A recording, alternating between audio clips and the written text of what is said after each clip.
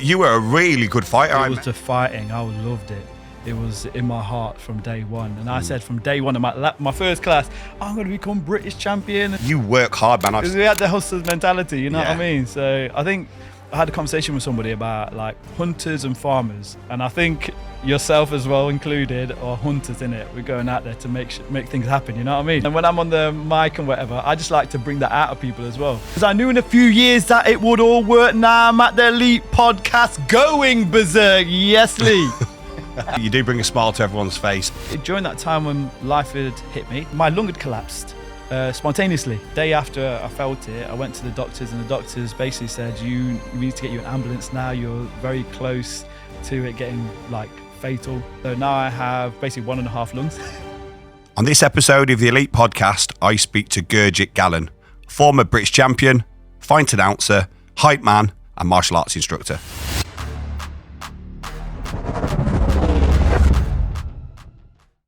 Gurj, how you doing? Yo, it's Gurj. How you doing, mate? A few years ago, they said who's even Gurj. I heard it, turned around and gave a little smirk. Because I knew in a few years that it would all work. Now I'm at the Elite podcast going berserk. Yes, Lee. Nice intro, mate. So how was your journey down, mate? Easy business. Good. I got the train, you know. Yeah. And my accent started changing as I got closer to Liverpool, you know. I kept on saying all right to everybody. I don't know what I was on about. Yeah, good, mate. So with the Derby you're from, isn't it? I'm originally from Derby. Yeah. I trained in Bristol for so many years. And then now I live in an area called Leighton Buzzard, just below Milton Keynes, a nice little town there. And, we run things now. Yeah. Brilliant, mate. Yeah, you're doing well. You got your kickboxing school. I work with you with the elite stuff as well. That's right. Yeah, big up the elite guys. Wicked. Yeah, you're doing really well with that. By the way, you've kind of doubled your numbers at least. Absolutely, yeah. So that's good. That's good to hear that, mate. Yeah, I appreciate that big time because it was a lower numbers, and I found out what to do, and you guys told me, and I did it. Well, this is simple, and it's just 80% of success is showing up. They say you just got to do the thing that needs to be done. Totally. But most people don't. They spend a lot of energy justifying why they haven't done the thing they should be doing. Yeah. So, and, I think listening to the right guys such as yourselves, that is the main thing, really. Yeah, finding the right people to listen to is important, definitely, in whatever endeavour it is you're trying to improve. Yeah. But yeah, 100%. So I remember you years ago from the Bristol Death Squad. That's right, yeah. So I can't remember when because you went away and you came back on the scene and you had to reintroduce yourself because you were beardless at that stage then, weren't you?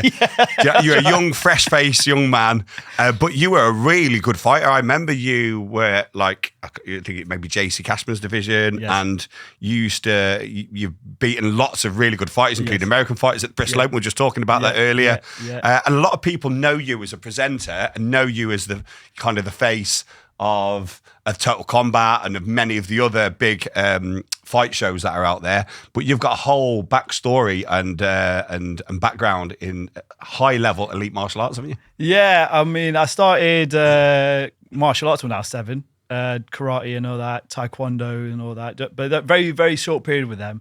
And then I started kickboxing when I was 14 and I was in love. I started with Laogar, so originally Derby Laogar, and then continued just like getting into like the belt system like anybody does, but it was the fighting. I loved it. It was in my heart from day one. And I said from day one in my first class, I'm going to become British champion and stuff like this. And I was a skinny little kid. And, we're going into this gym where they had this is in the 90s, isn't it? They had guys with like tattoos all over their arms and tattoos on their head, missing teeth and all that. It was scary for a 14-year-old to go in there. And I don't know, I just loved it. So and then obviously going through the ranks and fighting everywhere, joining the Bristol team, and then obviously seeing you were in the rival team to us. Innit? You're top 10. the top 10 team, innit? Yeah. We were Bristol Death Squad / Team CMAC, and you guys, you know what I mean? It was wicked fights. Yeah, well, your team were really, really strong. I mean, all the Laogar teams were dominant for quite some years, weren't they? I'm not sure now to the extent of how much Laogar is taught. I think it's still a lot, but I remember definitely back in the 80s and 90s, Laogar ruled everything, didn't they? And they had specific, even just little clubs in like Birmingham or Bristol would absolutely dominate nationally and internationally as well, wouldn't they, when they'd go away? They were amazing. I remember going into the gym and seeing a poster of the national Lao Gar team who fought at Clash of the Titans, which was a really big tournament, which had various different martial arts teams, including Taekwondo, karate. They had some legends in that one. And Lao Gar were just smashing it everywhere. Nowadays, you don't really see many people come through as call themselves whatever Lao Gar. You see a lot of people who have broke off from Lao Gar, not really calling themselves Lao Gar, but are still in the Lao Gar group. So big teams like Team Epic and stuff like that, they're smashing it. So it's great to see a lot of the guys coming from the old school who are now doing their thing and dominating still. So I can still see Lao Gar on the scene. I can still see them. Yeah. But indirectly, they've got Andy's, you've got Sean, Sharon. Yeah, all of their squads. That's just the ones that we know on the main on the Wacko side. But they are good. And ain't there a Lao Gar guy in the UFC? The UFC? Yeah. In the Michael Venom page when he Lao Gar back in the day. I might have done a bit of, I think he may have done a bit. What was his dad? What's his dad's based on? Was it? Yeah, Lao Gar. Oh, was it? Yeah, okay. yeah. Was that what Curtis was his name one, was it? Yeah, so it's great to see. Yeah. You know what I mean? They're going right up there, Yeah. But we just don't know about it because we don't really hear about it so much, you know what I mean? No, that's true. So you were from Derby then. Yes. And you trained in Derby, but then you said you trained with Bristol. How? Yeah, so how'd you move? I had an opportunity with going to uni. Yeah. So I was basically, when I was picking my uni course, I was looking at which team do I want to train with? And I was already training with the Bristol guys before I even went to uni. So already we had a great relationship with everybody. So it used to be a long drive to go there training on a Tuesday at Lloyd Allen's class in the Trinity Church Hall and stuff. But it was great. I used to fight part of the Bristol team before I even moved to Bristol as well. So I chose uni for that. Went to uni there. Me and Andy Cleves, who runs the GB Grand Slam, and a good event called Total Combat. Yeah, I've heard of that one. That guy, So me and him were very close. We lived together, trained together, worked on the doors together. Oh, you lived together as well, did you? Yeah. Went to uni together. Amazing. We even used to run nightclub promotions together. We used to run R&B nights and stuff like that. Hustling then, were you? Yeah. We had the hustlers mentality, you know what I mean? So I think I had a conversation with somebody about like hunters and farmers, and I think yourself as well included, or hunters in it. We're going out there to make things happen. You know what I mean? Yeah. There's a book on that. Isn't there? I think it's something like it's about ADHD, and it's a hunter in a farmer's world. Yeah. Have you heard of that? I'm not. I think I might have. Yeah. I don't like quote me if I'm paraphrasing, but I think I'm pretty sure that's what it's called. But it's about the different types of people, and then and the type of environments that they're designed to kind of be in. And like we talked about this earlier, didn't we? We said we're all on the spectrum, all ADHD or obsessive compulsive or OCD or even slightly autistic martial artists, aren't they? Like totally obsessed with what they do, get bored really easy, and only do the things that really, really interest them. 100%. So look, the thing about it is like we want to stand in front of somebody and throw fists and feet. That ain't a normal society thing, is it? No, you know what I mean? Suppose not. Yeah. But we're not normal. And that's the great thing about us, So I went there for unis, trained with the Bristol guys, and was fighting part of the Bristol guys and stuff like that, and just went everywhere. And I absolutely loved it. And then won some good tournaments and stuff, and then again fought some really high level people. Eventually left Bristol after I finished my uni, went back to Derby and disappeared off the scene. So when you moved away, you stopped training altogether, did you? No, I was training every day still. Oh, still training, but not fighting? Yeah, not fighting. The reason why I stopped fighting just before I went away from Bristol was because I actually dislocated my shoulder. Yeah. So, which was really annoying because that day when I dislocated my shoulder, it was at an event called the CMAC Super League. You may know of it. Yeah. And I basically beat some high level fighters. Well, I'd come off winning a silver at the IAKSA/WKA World Championships, so I was feeling pretty good, I was high level and stuff.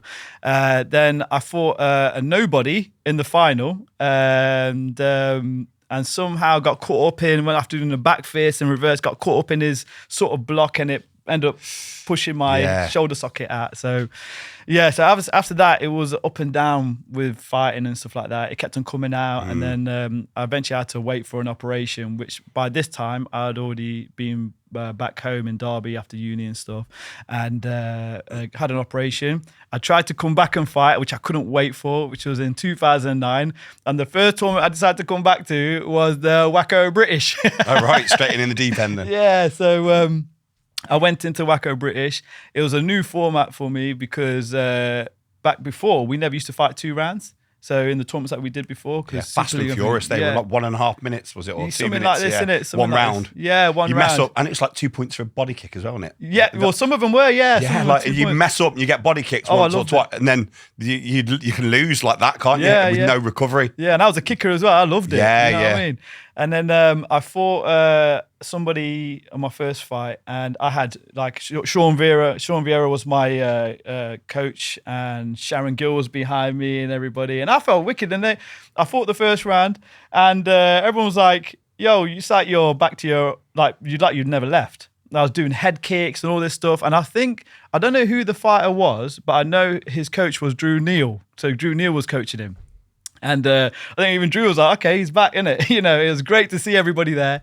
And I threw a back fist, and like all the training that I did was building up my shoulder, and I threw a back fist and I overreached and it came out again. Oh, shit. Yeah, it was horrible. It was horrible. So I was absolutely devastated. Because you know how long that's going to take to heal again, don't you? And all it wasn't even that, because I don't mind that, like any injuries that I've had, I don't care about the healing pit. I'll just go through the process. But what I was really upset about was I couldn't fight again. I knew I wouldn't be able to compete again, basically. Whatever. Well, in points fighting for sure.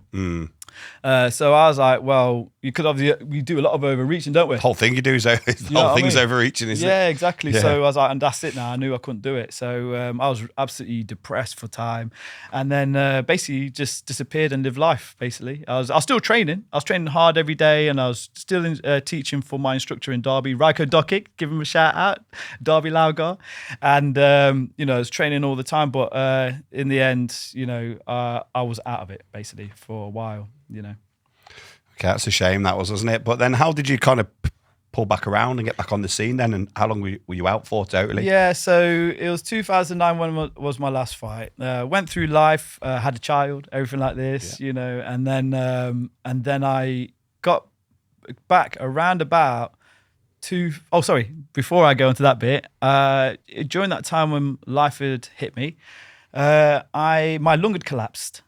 Spontaneously. So I woke up one morning, my lung had collapsed. Flipping out, that must have been horrendous, was it? Well, I didn't know it collapsed. I thought it was just a chest infection or something like that. Yeah. Because I was training twice a day. Even though I wasn't competing, I was still training hard and stuff like that. So what happened was eventually, I think the day after I felt it, I went to the doctors, and the doctors basically said, we need to get you an ambulance now. You're very close to it getting like fatal. So got an ambulance, got it reinflated and stuff. I'm fast forwarding a lot of things. So it took me a while. I was fatigued and everything like this for over a year. It's really tough. And then I started trying to train again. And then eventually it happened again. So second time it happened, I tried to go to the doctors. There's a lot of mess about at the hospital. And then the next day I went back to the doctor, said, I don't know, I've still got this and it feels even worse. And then they did a check and said, we need to get you an ambulance now again. So this is the same thing that happened. Went there, they reinflated it. I had an operation a couple of months later. So now I have basically 1.5 lungs. My half lung is stuck to the inner wall of my chest.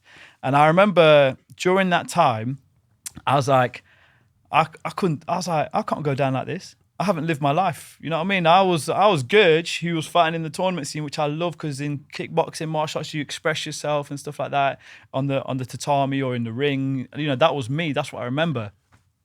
And then what happened was I was like, I can't go down like this. when I get strong again, and it is when I get strong again. It's not if. I'm going to make sure it happens. That I'm going to be training hard again, but this time I'm going to do my own thing. I'm going to do the things that I really believed I could do. And if I can't do it, cool. At least I've tried. And that was to start my own club up and stuff like this.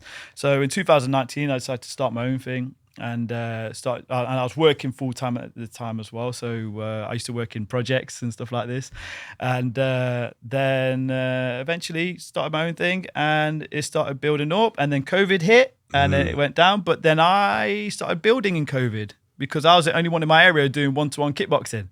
So that started helping me and giving me more faith. And eventually, I decided. This is what I want to do, 100%. I got offered a voluntary redundancy at my work, which was amazing. Was that good? It was amazing. Yeah.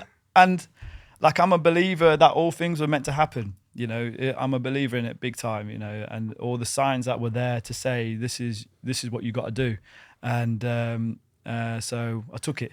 I took the voluntary redundancy and I went into it full time and did my thing, Even during that whole voluntary redundancy thing, it was like, everything was in place. Certain songs were getting played and stuff like that. And I was like, yeah, this is it, So, yeah. So then I built it up from there. And eventually, obviously, I've joined the elite seminars and stuff like that. And it's been massive.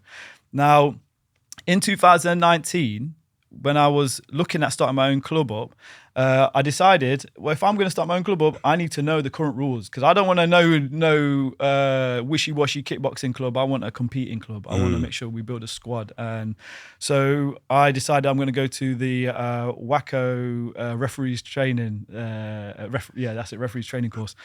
So I did that, and it was really good. I met a load of people that I used to read up about. Gordon Mitchell, he was in the course, and I used to read up about him. So I never met him when I was fighting, and then I got a great relationship with him. And so meeting him and meeting other various different fighters and stuff like that.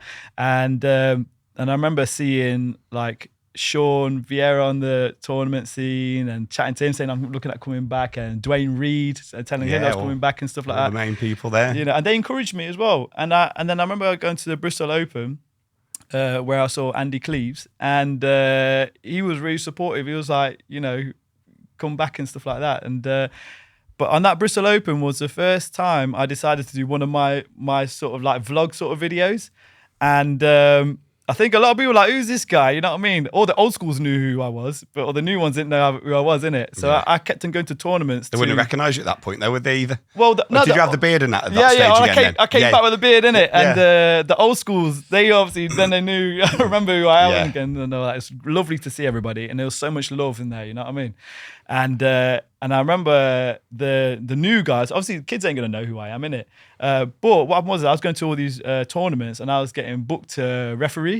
So I was refereeing and just showing my standard and stuff. So it started as refereeing to start with, was it then? I used the refereeing to kind of like pay for me to be at tournaments. Yeah. Do you know what I mean? Cover your expenses and that. Yeah, so I was just... And get you in the loop as well with everyone, doesn't it? And integrated right back into the the society. So I wanted to just come to tournaments to do videos. That's what I really wanted to do. And I'd just do it my way and have the music. The music was important. Like, because I was thinking it from my point of view, like I'm going to visualize it. When I walk into a place, how does it feel for me? And what type of things go on in my head? So that's what I was doing with my videos. And eventually the videos are coming out and all the kids were like, they wanted to get in the video. So they were like, okay. So I was like, okay, so I'm getting a bit popular. I couldn't believe it. The kids are like, Gurj, can I be in your video? I was like, all right, okay, cool.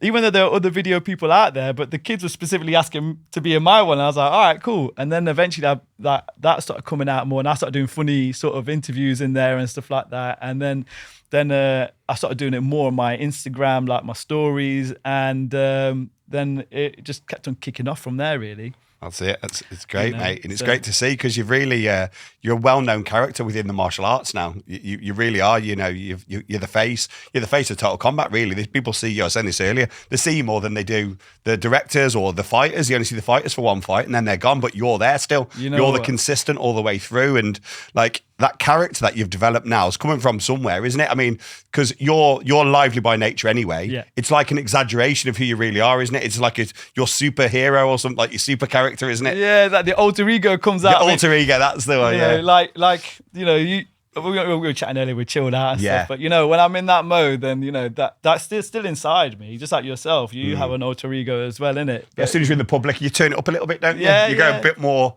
what people expect of you and Yeah. the way the way you do act to the book. Yeah. With the volume cranked up a little bit. I love it, man. I love it. It's just me coming out as well. You know what I mean? So I have a great time, and to be honest, I love it that I see these guys smiling around it. That we've got such an amazing community in the martial arts world. You know, ain't nobody a thug really, or in our world, innit? A lot of people are there to support. And the way I look at it is, all I was doing was I want to show our fun side in our martial arts, because we'll no be serious all day. Do you know what I mean? From what I remember, when I used to go to tournaments, everybody's laughing all the time. But anything that came out, it was always like serious. All you saw was serious people in it. But like there was so many laughs and so much joy in what we're doing, so much support. So all I was doing, I was just showing that. You know what I mean? And then when I'm on the mic and whatever, I just like to bring that out of people as well. So if I'm doing an interview with some of the fighters who are dead focused and all that business, then I give them an interview. Then I kind of like translate for them and come out with some stuff and like have it to the audience and keep them captured like that. You know what I mean? So that's all I'm doing. Like I'm being yo, it's Gurj, and I'm the voice of the people. They call me amazing. No deed poll.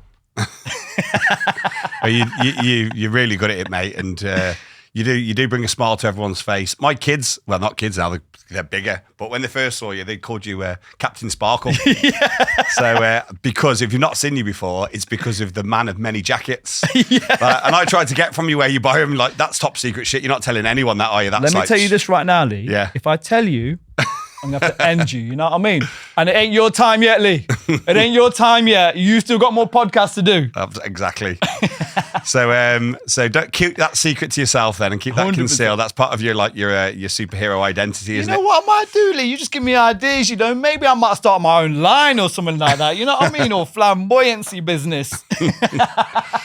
So it's another outer expression of you and your character, isn't it? And you've got the beard and everything, and you know, because you're Sikh, aren't you? So that's right. Yeah. Yes, So as some of that expression, the beard, the curly moustache, is that coming from any of the Sikh history, or is that just your own little? So what happened was spin? it kind of like I kind of got into a bit more by accident, if you will. So like I always loved having a beard and stuff, but like I couldn't have it as long as I did at the time. So you know, I had that pretty boy sort of phase in it, and then what happened was I decided to grow my hair. So, and I thought, what I'll do, I'll grow my hair and I'll grow it for charity. I'll cut it and then give it to, like, you know, in these wig sort of charities, isn't it? But then I kept on growing it, and I'm telling you, I felt more power, you know. I felt more power. So I was like, you know what? I'm going to keep it going like that. So then I kept it going. And then what happened was... With no beard or with beard? No beard. Yeah. No, just a bit of stubble, you know what I mean? Yeah. We need to see the pictures of this. I want to see the transition. You know what? You know what? I've got my license and all that. You'll see a totally different guy in it.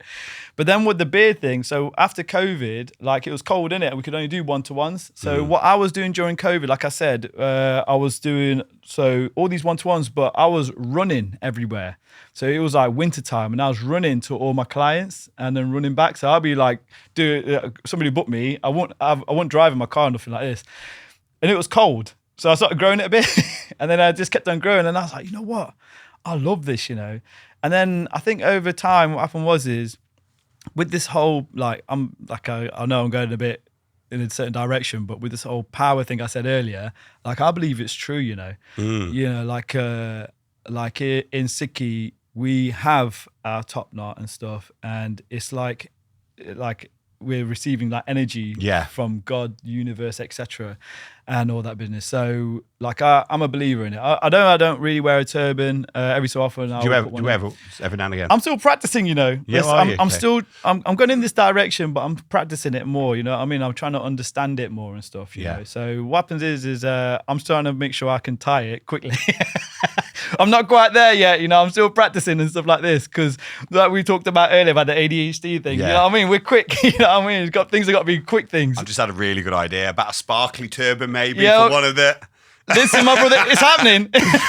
Stop telling them my secrets. We got an energy transfer here. Yeah, I was feeling it then. You didn't even need to say. No. Yeah. So I'm going in that direction. There's so much more that I'm learning about. But the biggest thing is I feel a lot of it. And I'll be straight with you. At one point, I was losing my faith. At one point, Really? Do you want to tell us about that? yeah. So, like I said about the whole collapsing lung and thing like this, I was questioning it. Like at the time, I was like I was fatigued. I went from hero to zero. I was training hard, everything. You know? And then what happened was I was like, why have I been picked for this? Why is it that I'm getting chosen to lose my health? Do you know what I mean? And time went on, and then I started basically I used to pray all the time, but then I started praying and stuff like this. Like a rebellion against God.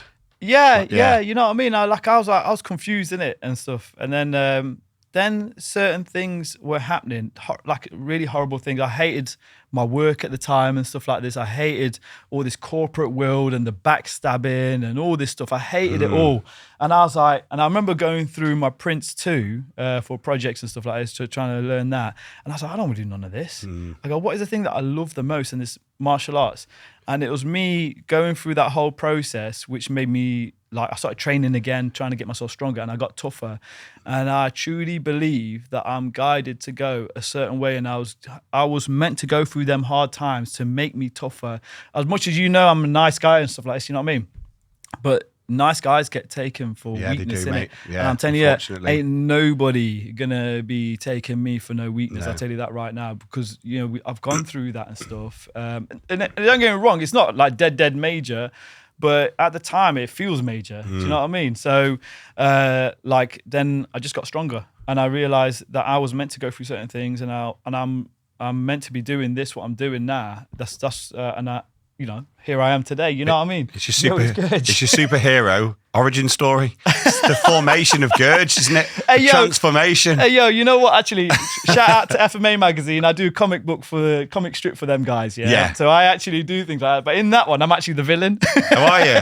Yeah. So I actually do things like that. So shout out to FMA magazine. If you ain't got it, go and get it. So I say in one sense, look at yourself, innit? You went through, you were in the military. Yeah.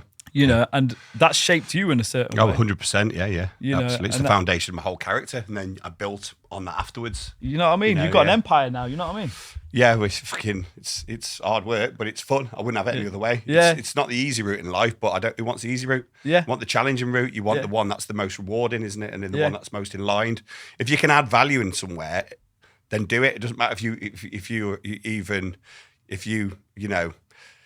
it's a disadvantage to you sometimes. Like I get more stress than most people would. I get more problems than most people would, but I can sort them. I'm the man to sort it. So I put myself forward for that. Do you know what I mean? Because it can help other people. That's the way I kind of look at it and justify it. Do you know what I mean? It makes me feel better about what you have to do. Because I think if a lot of people jumped into my shoes, they'd jump straight back out. They wouldn't want to do what I do.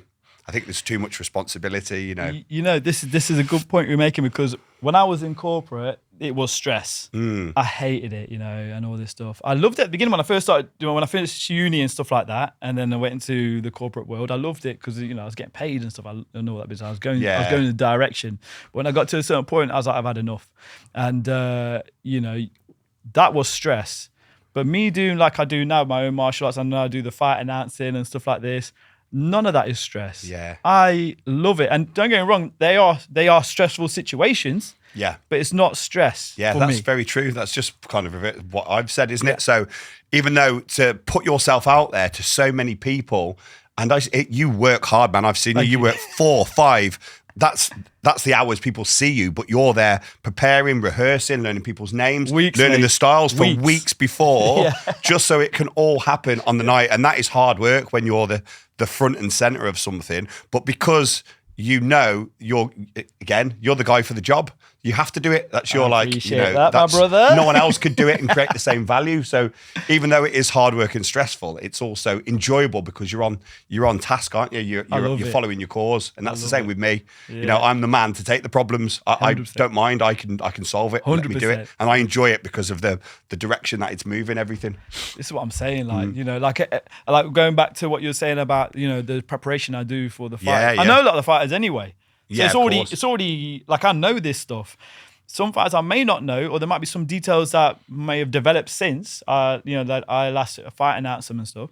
But I love finding out about the fighters. Yeah, you want to know, don't you? I It's love like it. intrigued and interesting. Big time. Oh yeah, what's their background? Yeah. You get the new fighters coming in, like you might get these MMA or Taekwondo or traditional karate.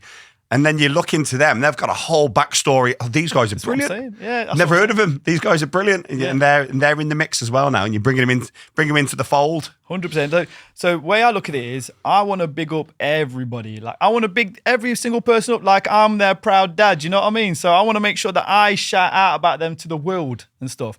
I want to make sure I give justice to everything that they've done. So, and quite a few of them you'll see, by the time they do get into the ring, or by the time they do get into the oval, by that time they're coming up to me, fist bumping me, you know what I mean? Because look, I'm there with you, you know what I mean? Like, whether you win, lose or draw, I'll big you up and stuff like that. Like, so, mate, I enjoy it. It's not work to me. This is this is a gift that I've been given, and I love it every single day. I'm blessed for it, And you can tell as well.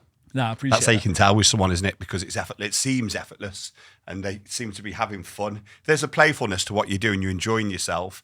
You can work harder. Again, ADHD thing. Yeah. You don't just like you're not just able to work. You want to do it. Yeah. You want to delve into it. You want to obsess with it. You want to have an affair with the whole thing, and you're able to put that much effort and attention on whatever it is you're doing, that anyone else who isn't like that is not going to be able to keep up with you. They're just not going to be able to keep up, because it's going to be effort for them and work, and it isn't for us. Yeah. That's why I said the Total Combat team, man, like the whole team from the ground level up.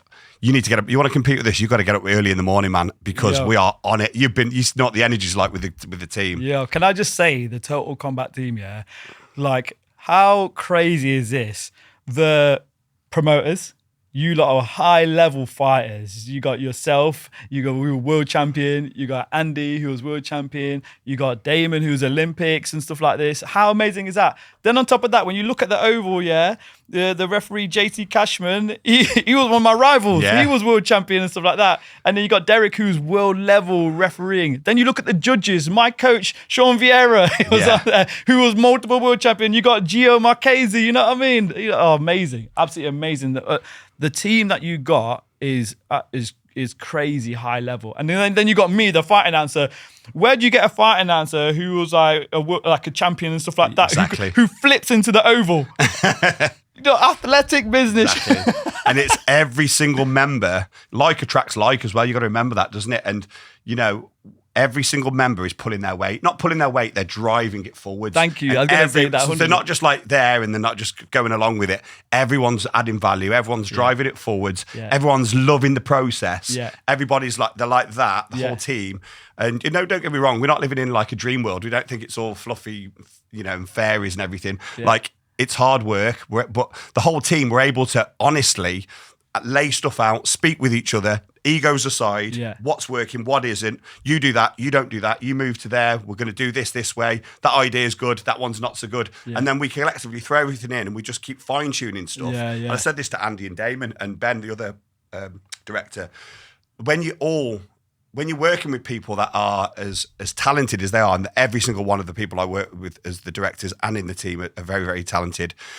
And the production team, all these guys, and then then you've got the presenters and the commentators. Everyone just adds to the mix. Yeah, commentators, wicked. Oh yeah. Cheers. Loved it. And they all add to the mix, you see, and then you just end up with this product that's way better than you ever thought you could have. Yeah. You couldn't individually have done that. Yeah. I remember someone saying to me once, if you can achieve I'll try and remember what the thing is now, but if you don't take ownership on something, you can achieve more than you ever dreamed. If you're trying to claim everything for yourself and have just your ideas and what you want and your stamp on it, you're going to limit yourself to what you're able to. If you open yourself up, okay, and you surrender your ego a little bit and you have people that are excellent at every single level around you, you build something collectively together.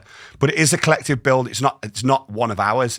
We're building kind of Total Combat for the martial arts community at wide. We want people to have ownership on it, even from we've got investors. Yeah. Every one of them loves it. They love part of it. They bring their friends down to it. They're happy to be associated with it. Even the fighters and the coaches are really grateful to be on the show, and all of them understand how we're working. So from ground level up, everybody is adding value. Everyone's Wicked. driving it forwards. And I've never worked on anything that has had that same energy before. It was a new thing for a lot of us, like in that one, and even shout out to also Bianca, Olympic Taekwondo fighter as well, great on the interviews and stuff like that. Everybody was bringing their flavor to the raver, you know what I mean? And ain't being no slaver, just making it happen every day, yeah? So it's like, there was wicked stuff, so, and where else do you see all these guys, like judges and everything, who've all, and promoters and fight announcer and commentators who've all got six-pack, hey? Where'd you see it? I ain't seen it nowhere. Yeah, need to do a calendar, don't we? Yeah. So now some of the team are all stacked in, lead from the front. Everyone's up there. We're up early every morning, getting to the gym every day. Yeah. Then we smash out 14 hours of work. Yeah. And love every second of it because we love it. Not moaning about it. Yeah. Happy and grateful to be able to be in the opportunity to do it. No, I love it. It was such an amazing experience. And look, we were at the O2, Indigo at the O2. Oh my giddy gosh, it was wicked. That was, and to see all the crowd there and all the amazingness. I tell you what though.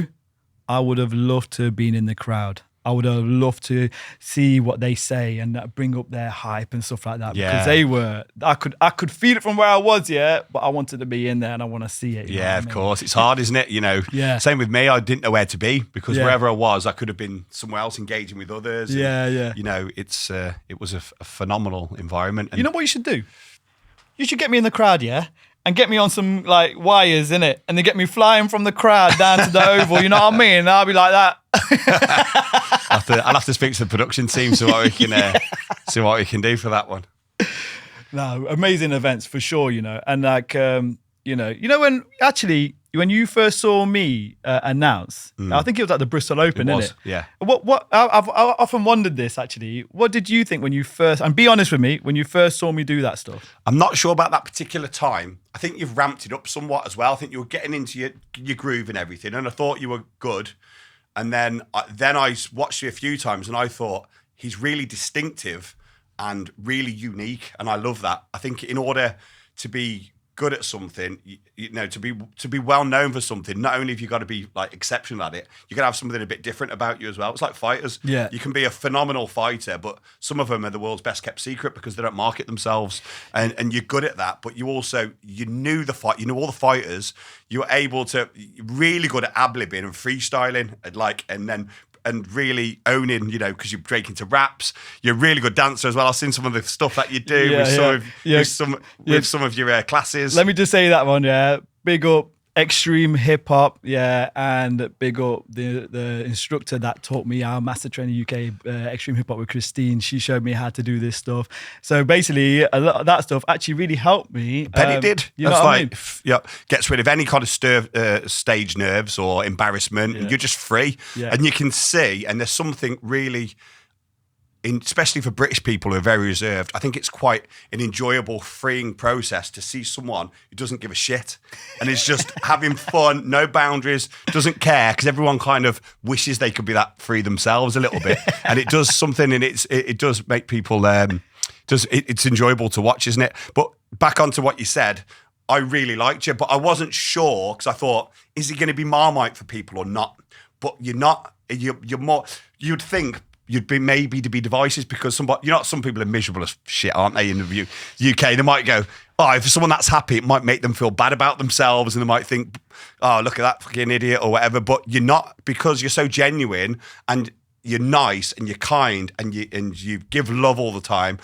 I think that you're just unique and loved by the people. That's my overview. That's why you're doing it with. That's why you're doing the job with Total Combat. Overall, I think I get a lot of love. Do you get any hate as well? Yeah, you get some haters, and I definitely got haters at the beginning. That's for sure. Because they're like they weren't sure about it, but that must be difficult when you're trying to form yourself as well, though. Tell me about that. No, I didn't care. Good. Yeah, I don't care if anybody hates me, because in a day there's more love, and if I didn't have any haters and I'm doing something wrong, you know what I mean. So what it was, if there were any haters, they actually eventually learned to love me as well, and they saw the genuine side of me, that I'm all about this sport. I love this sport. I love this community, and I was sad that I decided to leave the community for a bit. You know, this competing side of it. You know, so but yeah, back in the game, and I loved it. You know, and there. You do get some people out, but it's all good. It's whatever, innit? The way I look at it is that it don't matter if you love me or hate me or not sure about me. I am coming to that screen of yours, and I'm going to make sure I bring the hype. Absolutely, mate. So what's the plan moving forwards now for the future? Tell me how you're visualizing, you're putting it out there to the universe. When you're praying to God, what do you want? What's your like ultimate success for you? What would that feel like? Every day when I leave my house, actually, what I pray for every single day is that like all my family are safe and that I keep safe and stuff like this, and that basically that I work to something that I can basically leave a smile with everybody, right? Because there's so much bad things out there in the world, innit? You know what I mean? I know. And I'm just doing it through martial arts. I'm doing it through these events and stuff.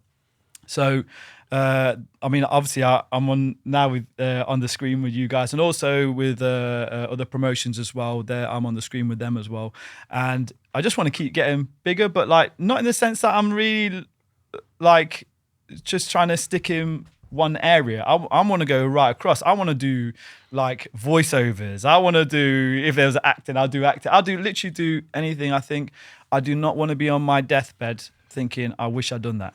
Yeah, that's good. That's a really good kind of way to live, isn't it? And you'd be great at voiceovers. I'm up for it. Yeah. Remember, 80% of success is showing up. You've got to register yourself with a fucking agency first, haven't you? 100%. Have you done that? Not yet. Because I'm not registered an agency through fight announcing. No. So I was like, well, why do I need to do that? Why can't I do it? But yeah, you get your profile big enough, you know, what I mean? and then people can come to you, can't they? That's how that will work. Yeah, but the other thing is also like I've got my my martial arts club and fitness club, and I want to build that up. So I want to make sure that I do build a fight squad. Hopefully, got a new little wave of fighters that are going to come through soon, and just go continuing with that. I want to do everything basically, but obviously I have to work out how to do it, and there is a way to do it 100% because I'm doing it now. Yeah. So I just got to make sure that I keep pushing in that direction. Keep on that trajectory. 100%. Yeah. I love this. I love this community, and I want to stay in this community. I never want to retire. I know that for sure. This isn't work. I never want to retire. This is what I want to do for the rest of my life, basically. Yeah. So the way I look at it is, I want to take over the world, Lee. Do you want to come and join me? Absolutely. Come on then. Listen, I think that's a great way to finish the episode, mate. So thank you so much for coming up today. It's been really good to see you. I've had such a great chat. Time's flowing like that. Absolutely. As I knew it would do. But thank you very much, mate, and all the best. Nice one. Thank you so much, my brother.